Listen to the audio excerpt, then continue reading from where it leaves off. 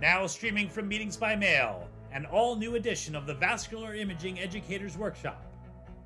Brought to you from the Society for Vascular Ultrasound's 45th Annual Conference, this activity fulfills Vascular Lab CME requirements with 15.5 AMA PRA Category 1 credits. The updated Vascular Imaging Educators Workshop delivers a complete educational experience regarding the use of vascular ultrasound.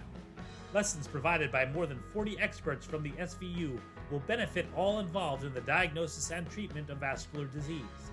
Topics include real-time B-mode imaging, color and spectral Doppler, non-invasive techniques, lower extremity arterial, advanced arterial duplex, CLTI, cerebrovascular, transcranial Doppler, abdominal imaging, hemodialysis access, carotid pathology and intervention, venous, ergonomics, professional development, and much more.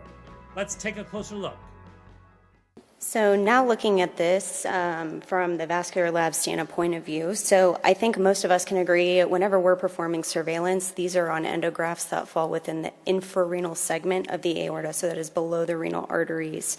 So our protocols have been adjusted. We're focusing on a few specific regions, so mostly on that proximal attachment area, the distal attachment area. We're looking for the residual aneurysm sac size to see if there has been any sort of progression or growth over the time that we've been performing surveillance, but then also seeing if there's perfusion to the sac.